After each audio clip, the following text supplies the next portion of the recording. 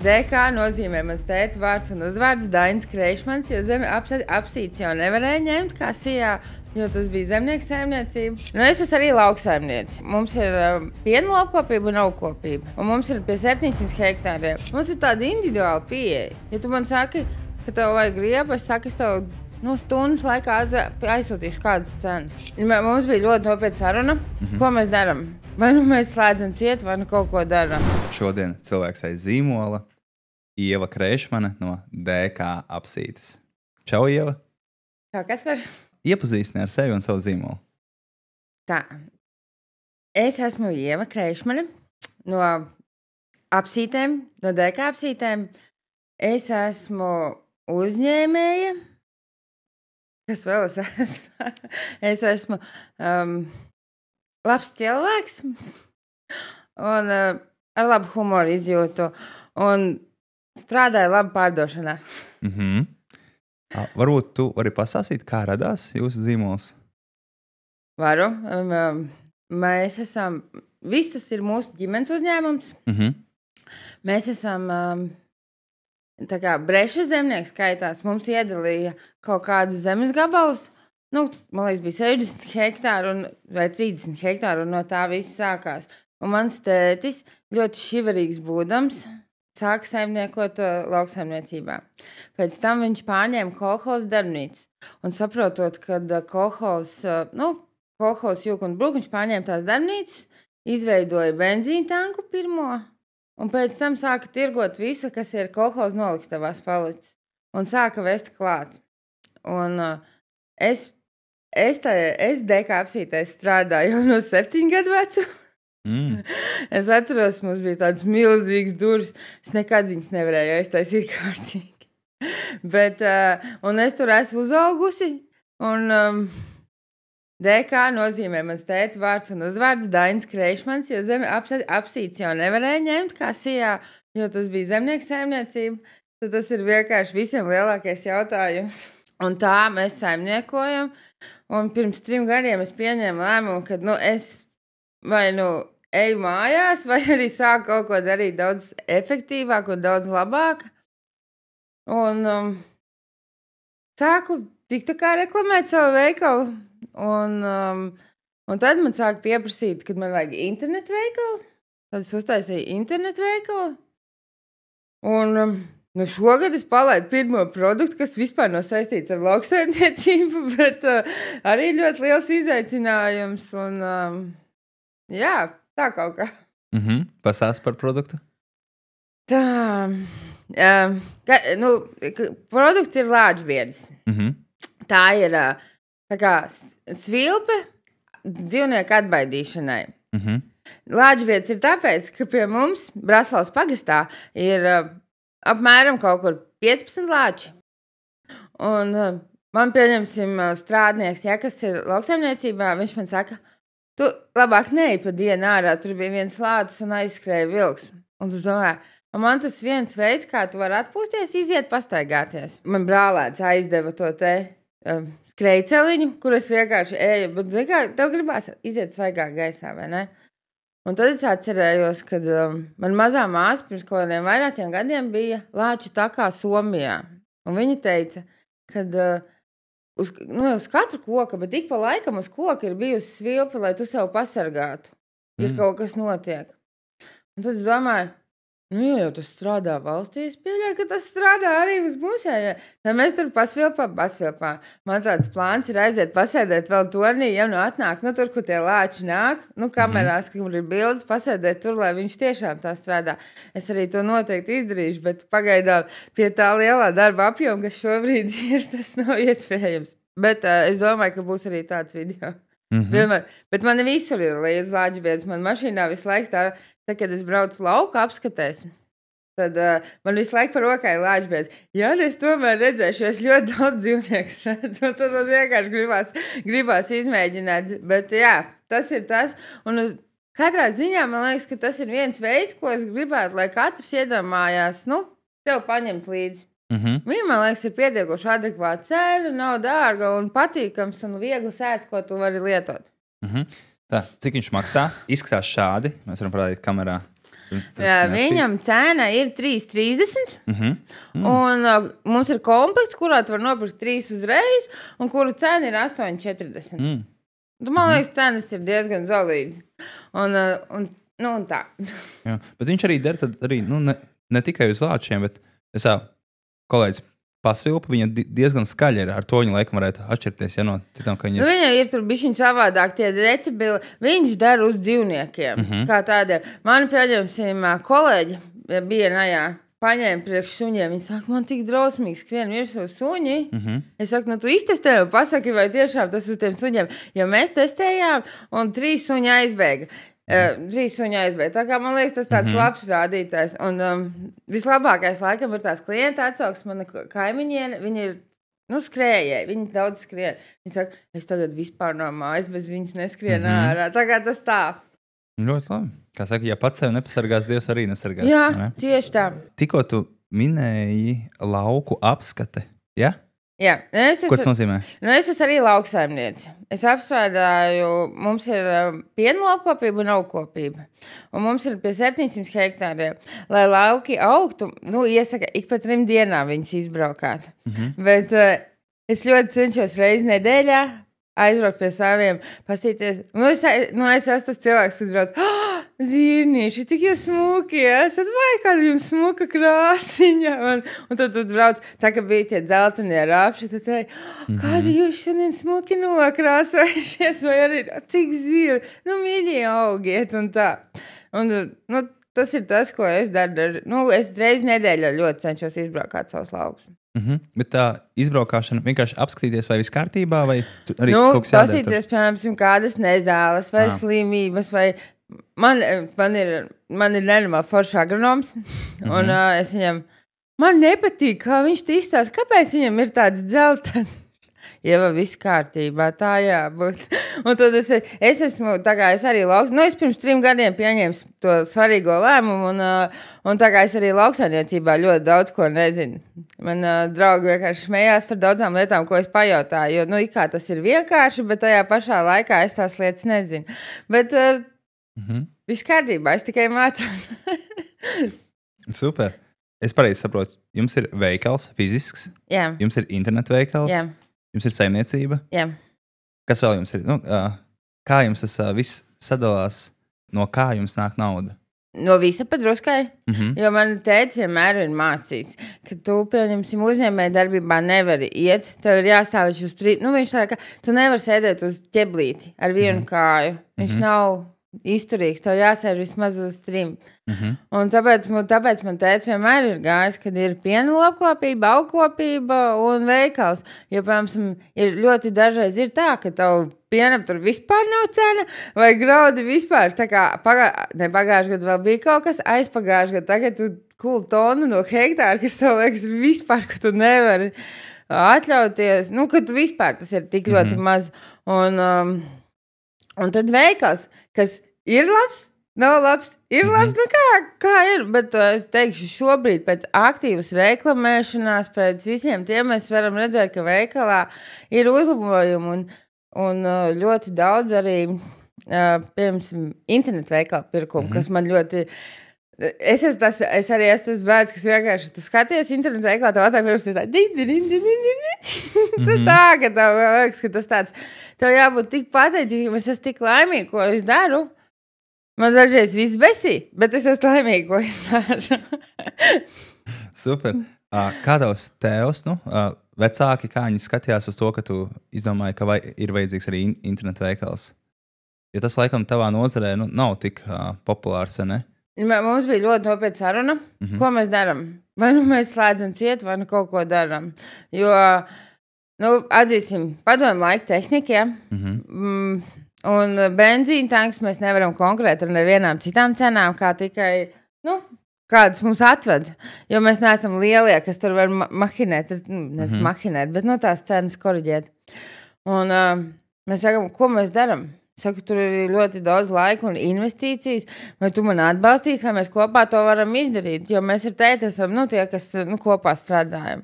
Un tad tas viena tā tiešraide no Kaltas, kad es strādāju Kaltē, es biju iegājis TikTok tiešraidē, Un vienkārši man sāka prasīt, ko es daru, kas man tur ir. Es sāku stāstīt, ka tur kalts, es tur žāvēju graudus un tā. Un viņi saka, nē, bet es tev kaut kur redzēju. Un tad tu sāki, ka man ir veikals, un tu tā, nākošā dienā pēc tās kalts tur tāda izbisīs, es domāju, iefilmēsim, kas man tajā veikalā ir. Un es eju pa visu veikalu stāstu, redziet, te jūs redzat, te 40 zobrati, te ir izpūtējis. Un tad pēkšņi man saka, jūs man varētu lūdzu uz Bausku atsūtīt te 40 grozu. Tas bija pirmais, kas man aizgāja pa pakomātu. Un tam bija diezgan liela cena arī. Un tad man otrais, vai jūs varat man atsūtīt filtrus pa pakomātu? Labi. Tad es jau tāda... Varbūt tas strādā. Tad es sāku taustīties. Tad man viens kolēģis tur, viens paziņa. Viņš man saka, ir tāda iespēja, ka tu vari iznomāt internetu veikalu, ka tev nav jātaisa savējais. Es domāju, es varu pamēģināt, vai tas vispār strādā. Un jā, tas strādā. Un šogad dabījām Lijā projektu, un mēs taisam savējo, lai nav jānomā vairāk. Super. Tā tas sakās. Es ļoti aizplūstu. Nē, ļoti labi. Ko tētis par to? Kāda tēta attieksme tagad? Kā viņš to skatās? Ziniet, kā visi no sākuma smējās par mani, kad es TikTokā filmēju. Ne, visiem likās, kas tev tur ir, kas? Vispār TikTok es sāku ar stārķiem, jo man pie mājas ir 18 ligzdas, un viņi uzvedās nenormāli smieklīgi. Un viņi tur kaujās, un tad viņi tur staigā pa jumtiem. Tad, viņi visi kaut ko dara. Un tad es kaut kā sāku tos joka video, kā tos dējas video kaut ko tādu iefilmēt. Kaut kā, es nezinu, kaut kā nonāca līdz 1000 sakotājiem. Tad es gāju laivā, un man visu laiku teica tikai, man ģimene vispār teica, ka no sākuma, kas tas nav nekas. Un tagad viņš man tāds, laikam tev bija tā īstenība. Viņš saka, ka viņam, piemēram, tie laika kolēģi, ar ko viņš sāka visu šo lauksaimniecības tehniku iegādāties un pirkt visas rezerves, viņi nav tik attīstījušies. Viņi saka, viņiem iet grūti. Tad saka, mans ievēns jau gan te ir uztaisījis mājaslapu, filmējis tur kaut kādos sastīklos. Viņš pat man ir filmējis dažus TikToks. Jā? Tā kā, ko man ir vajadzīgs. Tad pat viņu ievilka iekšā tajā. Viņam nebija varianti. Lieliski.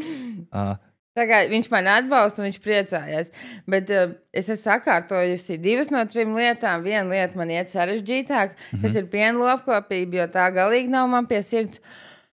Un viņš ļoti grib, lai arī to es sakārtoju. Tev ir jau kāda ideja, vīzija, kā varētu kaut kā to sakārtot? Šobrīd nav. Es esmu uzlikusi kā šī mēneša mērķi sakārtot. Vai es vispār gribu saprast, vai es darbošos tālāk vai nedarbošos tajā jomā. Kas tur ir lielākais izaicinājums? Cilvēku faktors. Pastāsti vairāk. Tur tev ir jāstrādā. Tu nevari lopiem tā, ka es gribu šodien pagulēt līdz 12. Tā tu nevari. Tev viņas ir jāizdzen uz ganiem, tev viņas ir jāizslauc, tev viņas ir jāpabaro. Un es neesmu tam gatava. Es gribu aizbraukt līdz jūrai, lai nedomātu, ka man 2:30 ir jābūt apakaļ un jāslauc govs. Es neslaucu govs, man nepatīk otrs mažs, bet vienkārši fakts, kas tāds. Un tas ir viens no maniem lielākiem izaicinājumiem šobrīd. Cilvēkus grūti atrast, piemēram, kam tas interesē, vai kas varētu palīdzēt? Kā darbinieks, domāju. Jā, es teikšu, diezgan. Man ir paveicies, es atradu tāds fantastisks darbinieks, bet arī starp citu ar TikTok. bet ir diezgan sarežģīti. Kas tev, prāt, ir tā lielākā problēma, lai atrastu labu darbinieku? Piemēram, tas nav, tas, kas man, šobrīd ir nepieciešams gans, kas uzliek elektrisko ganu un aizdzina govs. Viņš nav labi atmaksāts darbs. Viņš ir tāds skolnieka variants. Bet jāatzīst, ka mūsu jaunā paudze, viņi nevēlas tā nopelnīt, man liekas, kā mēs to gribējām. Mēs darījām visas darbības, lai man būtu tur naudiņu uz skolu vai uz veikalu, kur aiziet. Tā. Viņiem ir ļoti augstas prasības. Man tur vajag tik un tik. Nu, un tāpēc man nav tas faktors. Un, jā, arī es dažreiz pieslēdzos goju dzīšanai vai visādām tādām lietām, kas ir nepieciešams, bet tas nav mans favorīta darbs, kā sacīt, jāsaka. Bet meitenes man vien brīdi bija ļoti mīļa. Es viņas ļoti mīļoju, es vienmēr gāju viņas dzīnu, bet es saprotu, ja es gribu kaut ko vairāk, tad man ir jāatliek tie tehniskie darbi, ko kāds cits var darīt. Tā ir. Iepriekš arī pieskārāmies mazliet pastāstīja par jau tiem pirmiem klientiem no TikToka. Bet tā varbūt var pastāstīt, kas vispār ir tavs klients, kāds ir tava klienta profils? Man ir mazais lauksaimnieks. Vai arī jebkurš lauksaimnieks. Praktiski es saku, ka mans klients ir tāds, kas dzīvo laukos, viņam ir māja, mazais traktorīts un mauriņš, ko nopļaut. Jo mēs kā veikals, kas ir tuvumā, piedāvājam ļoti lielu klāstu. Mums ir rūpniecības preces, saimniecības preces, lobbarība, benzīns, mums vēl ir dažādas gāzes, mums ir propāna gāze, mums ir visas tās, ko metina, un vēl mums ir ļoti svarīgs sektors, ja? Mežinieki, kas mums ir ļoti liela remontzona, tā kā vecās kolhoz darbnīcas, tur ir milzīga remontzona, un tajā mums mežinieki remontē. Tas arī viens no mūsu faktoriem tikko atcerējos. Jā, bet tāpēc mums sauc par mazo lauku depo mūsu veikalu, jo tu ieej kā, pieņemsim, ja tu kā pilsētnieks, es nopircu laukos māju, tev vajag nopirkt grābekli, tev vajag nopirkt izskaptīt spaini, tad tev kaķītim tev vajag nopirkt benzīnu un trimeri mauklu. Kur tu brauksi? Tu varētu braukt uz depo, bet tev pie mājas ir tāda kā mēs. Super. Tad varbūt tu arī vari pastāstīt, kas ir tās lietas, jo arī sākumā tu minēji par tām cenām, ka jūs nevarat konkurēt ar lielajiem konkurentiem, bet kas ir tās lietas, ar ko jūs atšķiraties no visiem citiem?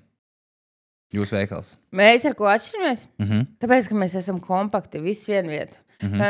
Ja vīrietis atbrauc pēc zobrata un dāma ir līdzi, kas ir lielākoties, ka viņas brauc līdzi, viņa nopērk veļas pulveri, cibiņām barību, tad viņa nopērk kaķītim barību, vēl tur nopērk trauku mazgājumā līdzekļu. Vīrietis atbrauc tikai pēc viena zobrata. Un tad vienkārši, tu aizbrauc līdz tu līdz papīru paņem, tu paņem visu kompaktu un izdara, ka tev viss ir pie vienas vietas. Cilvēkiem jau patīk tas, ka to var ātri izdarīt. Jā. Ko visbiežāk iegādājās pie jums? Jums ir kaut kādas statistika? Kas ir tie pirktākie produkti? Cibiņām barība. Vistu barību, tas ir viens no populārākajiem. Un tad, kad viņš atbrauc nopirkt vistu barību, viņš arī, es uzreiz ieliešu tur benzīnu, tad man jāielē zāles pļāvēm, tad man tas jāpaņem, un es teiktu, cibiņām barība ir viena no populārākā. Bet, ja tu domā par, piemēram, rezerves daļām, tad mēs šobrīd esam ļoti labi sadarbības partneri atraduši, kam ir diezgan lētas un lētas cenas, un visvairāk mums laikam iet filtri un savienojumi hidroliskiem. Kādai tehnikai? Padomu laika tehnikai, jebkurai, ko tev pieliekamai tehnikai, kur tev vajag salikt, lai šļauks kopā un tāds. Kā ir tieši tagad ar padomu laiku tehniku? Nav tā, ka ir ļoti maz pieprasījums, vai tomēr Latvijā vēl daudz izmanto? Es zinu, ka katrā lielajā saimniecībā, kam ir jaunie traktori klāsi, John Deere un visi šie smukulīši, ir noteikti viens Belarus, kas darīs darbiņus, ko nedarīs lielie traktori. Un pa lielam, kamēr būs tie cilvēki, kas strādā, kas gribēs pats izaudzēt savu kartupeļus un pašam savu dārziņu, tikmēr būs arī visi tie traktori. Un es šito baigas pēdējā laikā piefiksējis, kad mēs brauc cauri, kaut kur jaunā vietā, es vienmēr pastos, tur reku belīts, reku, vai čēsnieks, reku brauc. Un tā. Es domāju, ka viņi ir laba tehnika, jo tu pats vari saskrūvēt. Un tie, kas, piemēram, ir tādi mazi saimnieki, viņiem neatmaksājas varbūt tā lielā tehnika, bet, ja tu pats vari to izdarīt, jo, piemēram, pie jauniem traktoriem, tu jau tā nemaz neķeries klāt. Un tās rezerves daļas jums arī ir pilnīgi jaunas? Viņas tā kā vēl ražo? Piemēram, tur T25, T40? Jā, viņas ražo. Mums gan nav Baltkrievu, kas ir top, kas ir izturīgs.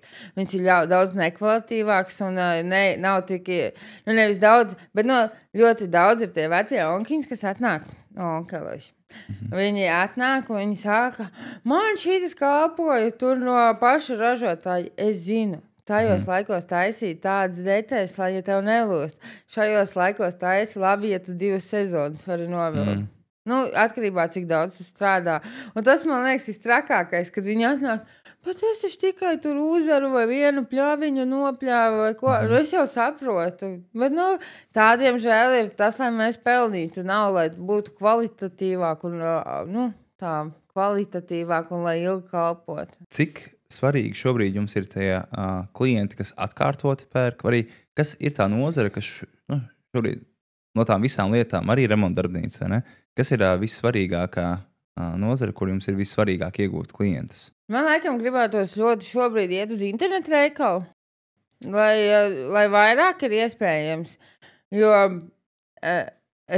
man ir ļoti daudz draugu lauksaimnieki, un viņi, kā es par tevīm neiedomājos, kā šitā, un es gribētu, lai, man tas mērķis gribētos, lai visi zin, kas ir DK apsītis, lauksaimnieku vidū, nevis, tā pilnīgi.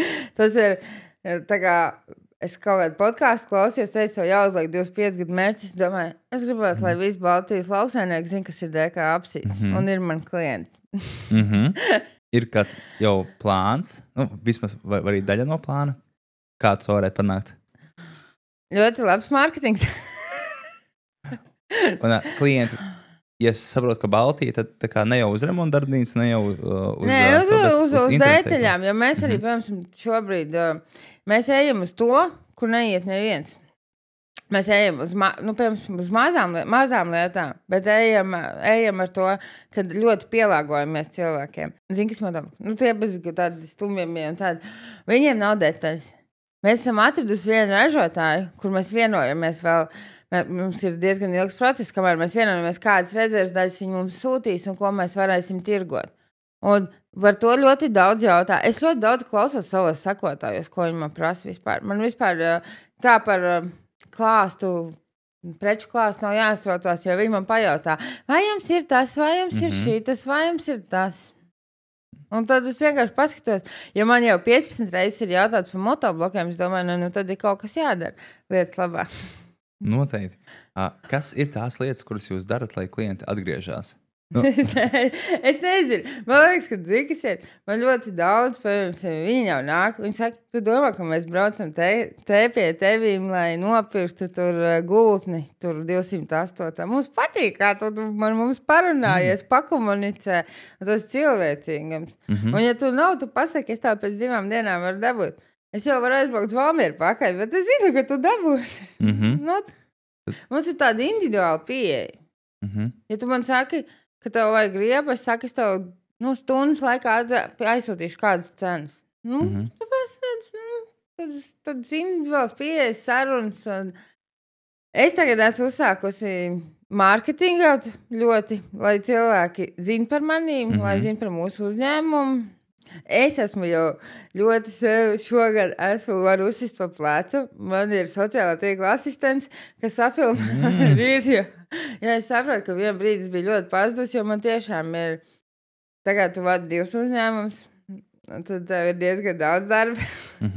Man jau ir viens asistents, kas dara visus manas tehniskos darbus, bet sociālā tīkla asistents, kam es tikai apsprinu. Šodien liekam par krokzariem, pa elektriskiem gadiem, jā, pa elektriskiem gadiem. Tā kaut kā. Es atbildēju, neatbildēju. Atbildēju. Saikne. Cilvēciskais faktors. Jā, man liekas, ka cilvēciskā saikne, jo tas ir tik forši sajūt, ka tev, pieņemsim, es ienāk vīrietis veikalā ap 60 gadiem. Čau, mani zaķīšanas. Īstenībā. Un man kolēģis, viņi saka, mēs jau tagad esam pieruši, pirmās reizes bija tās grūtākās. Kur tad ir zaķinīte? Ko dara zaķinīte? Ļoti labi. Man liekas, ka tas arī ir tāds foršs piemērs, kā tu vari iegūt klientu lojalitāti, uzticību, vienkārši esot cilvēks ar cilvēcisko faktoru. Jo... Jā, man liekas, man ļoti labi aizgāja viens TikToks. kur man prasīja, vai T40 ir, vai izskatās vārds, nav parāta. Nu, ar gaisu saistīt, es aizmirstu to vārdu. Pēkšņi. Ventilators. Kā? Ventilators. Nē. Nu, katrā ziņā viņš ir tāds mazs vārstiņš, kur ir gaisiet cauri. Jā, ierakstiet komentārā, kas tāds ir. Un izrādās T25 un T40 viņi nav, bet es visiem saku, mums ir dažādi ceļi tur augšā tos te. Es acīs redzu, kā viņš izskatās, bet es aizmirstu.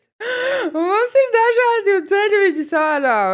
Un tad viņam sieviete tur sāka man visu gāzt. Vai tu zini, kas ir, vai jums ir blīve starp stūri un sēdekli? Un zini, bet es tad arī baigi neesmu uz muti kritas, pajautā saimniekam, lai nomaina. Nu, tāds foršs komentārs, arī ļoti daudz tur ir par manu izskatu. Un es neatceros, ko es jautāju, lai man palīdz. Viņa saka, tu rasnā aizēji nodzen svaru. Es saku, es prasīju par motoblokiem. Es tā, jā, labi, paldies par to viedokli, bet kāds palīdzēs motoblokam?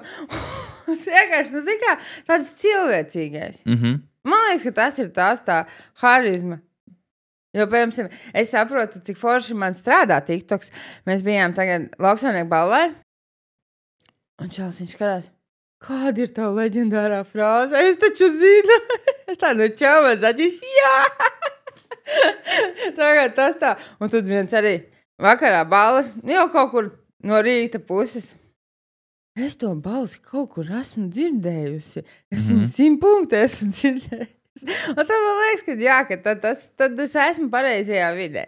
Jā, man liekas arī, ka ļoti svarīgi, tas ir tas, par ko daudz uzņēmumi šobrīd nedomā, nu vismaz Latvijā, zīmola atpazīstamība kā cilvēkam būtu, nu, piemēram, līdzīgi kā Steve Jobs, vai ne? Arī tur Bills Gates, ka ir zīmols un ir cilvēks, kurš ar to saistās, un tas cilvēks uzņemās risku par visu reputāciju un visu pārējo, un viņam jānes tas zīmols. Man liekas ļoti labi, ka tieši tu tā dari, un ir tās lielās korporācijas, kur neviens nezina. Viņš zina to uzņēmumu nosaukumu, un viņš zina to, ka viņš aizies samaksās, no viņa paņems naudu, un tur, tā kā labākajā gadījumā labdien, paldies, tā, bet nebūs tā saikne. Tāpēc, manuprāt, ļoti labi. Un pieminēja arī par tiem komentāriem.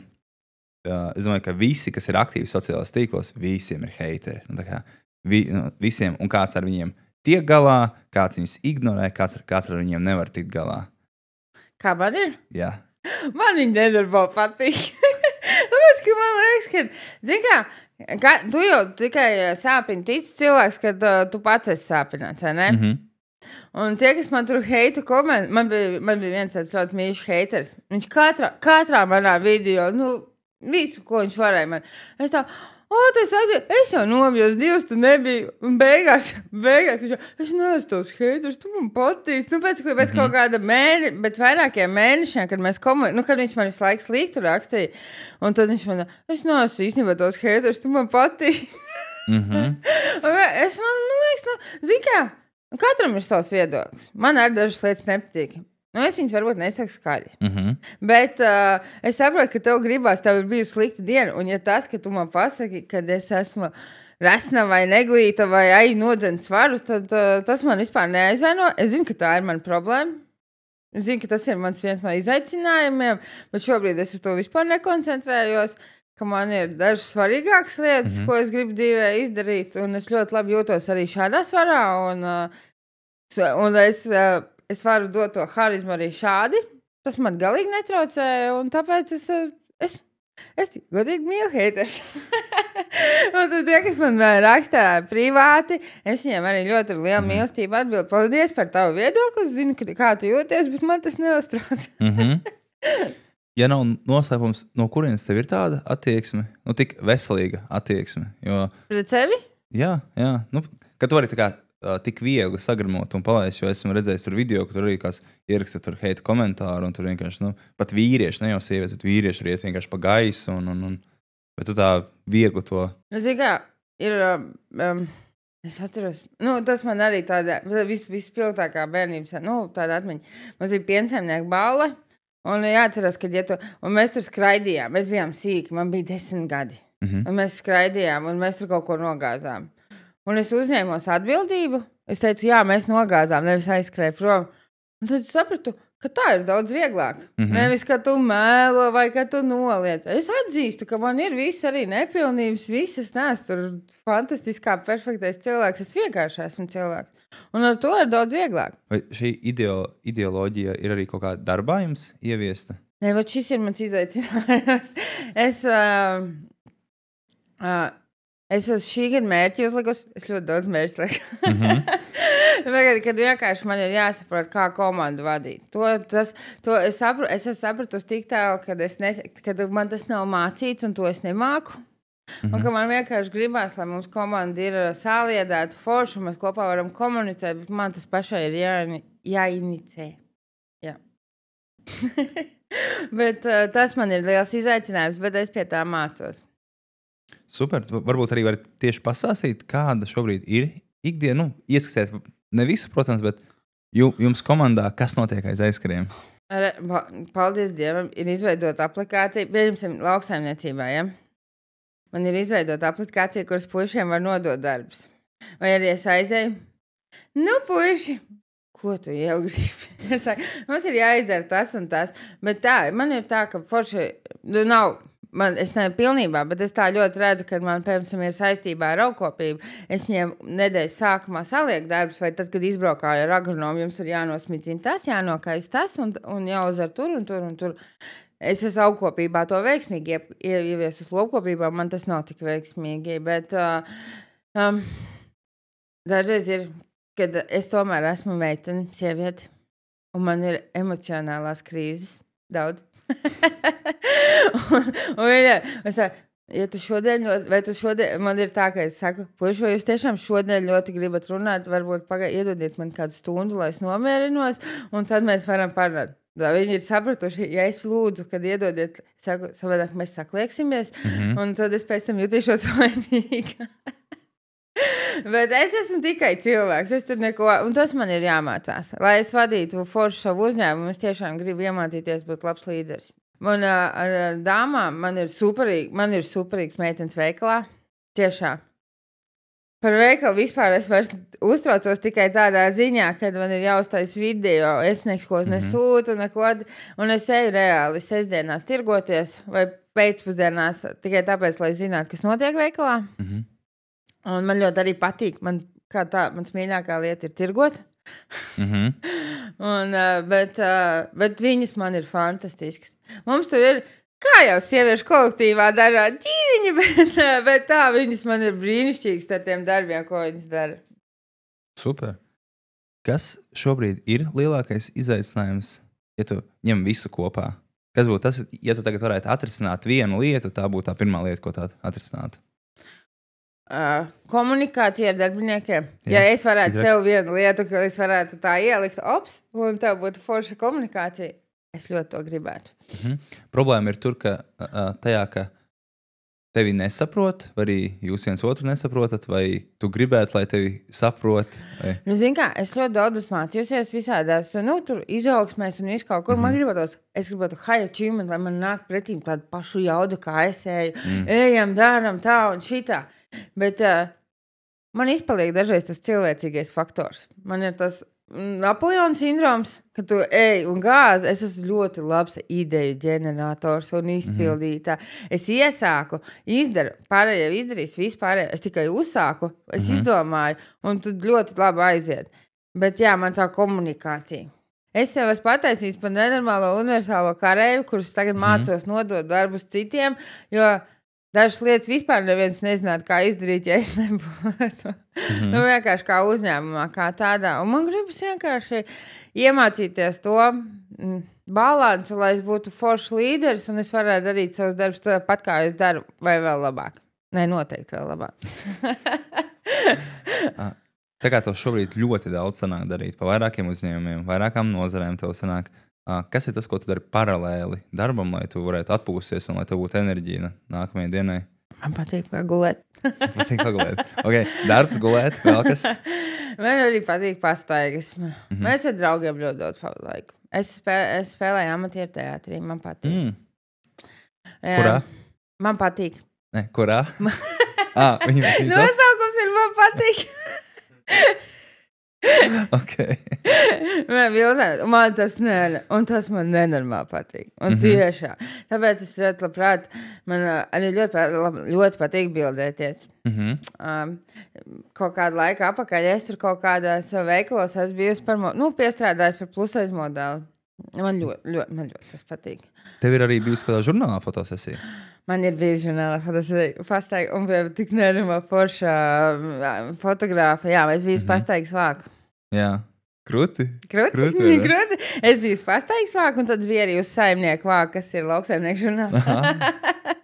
Bet tur man nebija tik profesionāli. Jā, es nesen sev, man bija dzimšanas diena jūnijā, un es uzdāvināju sev fotosesiju, kas man ļoti sen, es pilnīgi tāda kaifoju, kā man tas nenormāli patīk. Jo tas ir tas ir tas, kas man ļoti patīk. Un tāpat man arī patīk teātri uz skatos. Es varbūt neiemātos vienmēr vislabāk tekstus, bet es tāpēc jums nošarmēšu. Super. Tavuprāt, kas ir svarīgākās lietas uzņēmēja darbībā tieši priekš tevis un tieši priekš tavas nozares šobrīd? Tev jābūt fleksiblam, elastīgam, un katrā ziņā tev ir jābūt cilvēcīgam, kas ļoti pazūd uzņēmumos un kooperatīvos. Jo es arī to saprotu, ka tu, man liekas, ka tev ir jābūt. Tu nedari otram to, ko tu negribi, lai dara tev. Pirms tas ir tāpat, ka tu termiņus mēģini. Es vienmēr mēģinu visus termiņus samaksāt laicīgi. Ja kaut kas gadās, es arī gribu, lai viņi man samaksā laicīgi. Ja man iznāk ātrāk, es samaksāju ātrāk. Tādi principi. Un vienkārši, bet klientiem tev ir jābūt tāda, tā kā... Tev ir jājūt, ka tu esi ar viņu kopā, man liekas. Tad jautājums, ko es cenšos katram viesim uzdot. Kas tavuprāt ir svarīgāks uzņēmējdarbībā? Klients vai darbinieks? Tev kā uzņēmuma vadītāji? Darbinieks. Kāpēc? Paskaidro. Klients nāks un ies, bet tās emocijas, ko dažreiz, piemēram, kaut kādi angry klienti iedod nelaimīgās dienās, tad, man liekas, ka tas, klients, ja viņš neatnāks, žēl, protams. Man, protams, ir žēl par katru klientu. Bet no otras puses, man tas kolēģis, es redzu, tā kā es strādāju ar dāmām, ja? Es redzu, ka dažreiz noved līdz asarām. Kāpēc? Tā kā man liekas, ka tie ir vislabāk saku, paņem pauzi, aizēj, es pastrādāšu savā vietā, ja es redzu, ka tur tiešām ir kaut kāds krīzes moments vai kas. Bet, man liekas, ka darbinieks ir svarīgs. Jo piemēram, ja tu darbiniekam dosi, tas, ko es tagad visu laiku mācos, lai es viņam iedod to foršo enerģiju, viņš dos arī klientiem foršo enerģiju un viņi atgriezīsies. Ja? Man vismaz tā liekas. Tev varbūt vajadzētu mācīt visām darbiniecēm TikTokus taisīt. Nē, viņi nevienu negrib. Man, paldies Dievam, tagad tā asistenti, viņi, paldies Dievam, piedalās. Man ritīgi, es skatos, šito mēs varētu kopā asfalēt. Neviens negrib kadros līst. Tad, kad man nebija tā asistenti, tad man viena kolēģi filmēja.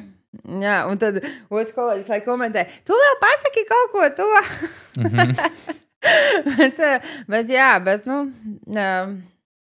viņi negrib tiktokos, un arī ir viens puisis, kam arī ir tiktokons, un viņš ļoti labprāt ir manos video, kur es esmu, kā savu privātajās kontā lieku, viņš ļoti labprāt ir.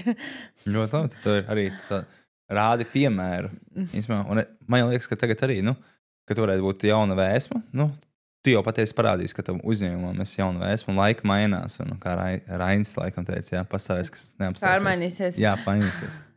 Mazliet jau pastāstīja arī sākumā par bērnību, ja, par blēņām, kad tu saprati, ka vieglāk ir atzīties. Jā, uzņemties atbildības. Gribētu teikt, un es ļoti labprāt iesaku katram uzņemties atbildību, tad būtu daudz vieglāk dzīvot. Ļoti labi. Varbūt tu vari pastāstīt vairāk par bērnību, kā tev bija. Cik saprotu, no 7 gadiem tu jau tur strādāji. Ja? Jā, man vecāki ir šķīrušies. Un man teica, ir lauksaimnieks. Un es katru nedēļas nogalu, mēs mamma pārvācās dzīvot Valmieras, katru nedēļas nogalu braukāju uz laukiem. Bet bija arī tādas dienas, kad es lūdzu, es domāju, mīļo dienu, kāpēc mans tēvs nav banķieris? Kāpēc man ir jāiet tās vagas ravēt? Vai kāpēc man ir tās govis jādzer? Bet Bet pateicoties viņam, man droši vien ir tā jauda strādāt.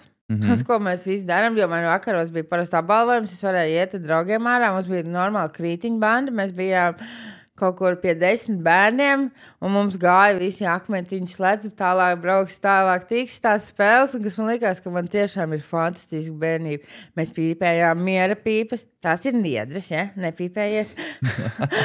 un mums bija ballīts, mums bija disenes, uz Jāņiem mēs iestudējām teātrus, man bērnība bija fantastiska. Neskaitot to, ka man bija ļoti daudz jāstrādā. Kā bērnam, bet man bērnība bija fantastiska. Un, piemēram, tīņu gadi, ja, tie bija kā ballīts un viss pārējais. Tu piekdienas vakarā aizēji 7 no rīta, atnec mājā 8 eju uz veikalu strādāt. Jep, tāda arī. Tagad es noteikti to nevarētu izdarīt. Bet tajos gados to ļoti arī. Vispār nebija nekādas problēmas. Tev tā atbildības sajūta, ka tev tas ir jādara. Tev nav, tu nevar tā. Ai, šodien neiešu veikalu atslēgt. Ai, šodien neiešu to darīšu. Es atceros, tā kā mēs, agrāk teica strādāja arī svētdienās. Mums bija un tad es svētdienas strādāju, un tad vakarā gāju skūti ar ķeru vest iekšā kāpsieru. Un man bija normāls nedēļas noguls, kas norkāja, un skolā es atpūtos. Reizi. Kā ir ar tiem draugiem, kuras krītiņu banda, kuras sāsīja? Viņiem arī bija tāda pati rutīna, ka arī bija jāstrādā vai? Mēs visi bijām lauksaimnieku bērni. Ok, te jau tas nebija nekas tāds. Jā, cits tur vairāk, cits mazāk. Kā tu mācēji? Kā tev galva sāpēja? Vai tev gribējās multeni skatīties, vai tev kājā iedurusies skābārkā, vai kā tev gadījās? Es neesmu baigi čaklā. Vispār, ja godīgi. Tā izklausās, jā. Es neesmu. Es vienmēr izdomāšu, kā man mazāk ir jāstrādā, un ātrāk to es varu izdarīt. Bet tu izdari, jā? Jā, atbildība, diemžēl. Nē, diemžēl ļoti labi. Super.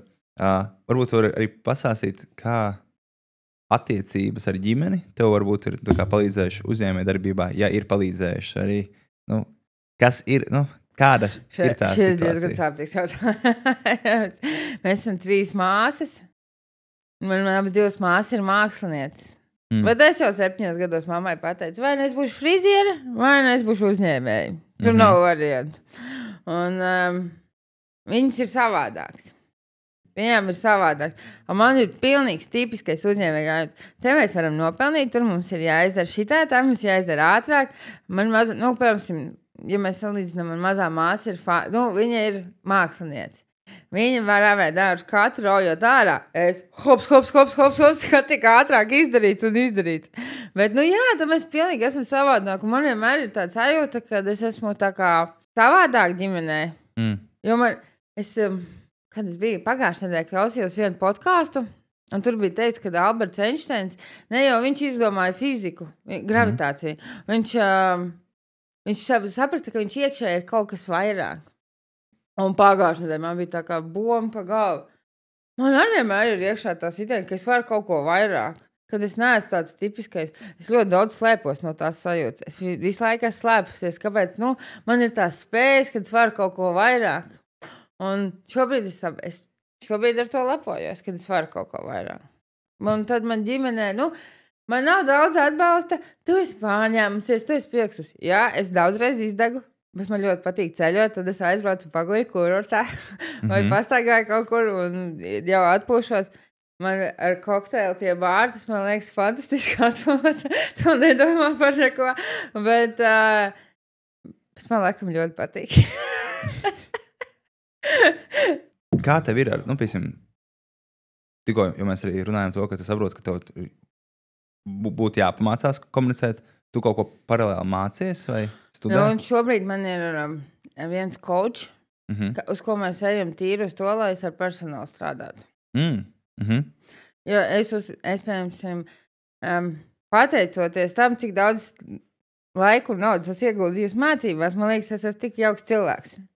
Un daudz ko es sasniegusi tajā brīdī, jo es esmu viens no tiem cilvēkiem, kam vajag kādu, kas pastāvēs aizmugurē, būs labi. Vai pateiks, pasties varbūt pa kreisi, pasties varbūt pa labi un tā, jo es varu izdarīt visu, man nav tāds, ka kaut kāds robežs. Bet man ir jāredz bišķiņu virziens. Un ja kāds man to parāda, to virzienu, tad man ir daudz vieglāk. Un tāpēc es apzinos, man ir coach terapeits jau, pagaidu, viņi būs no 2018. Gada, ja?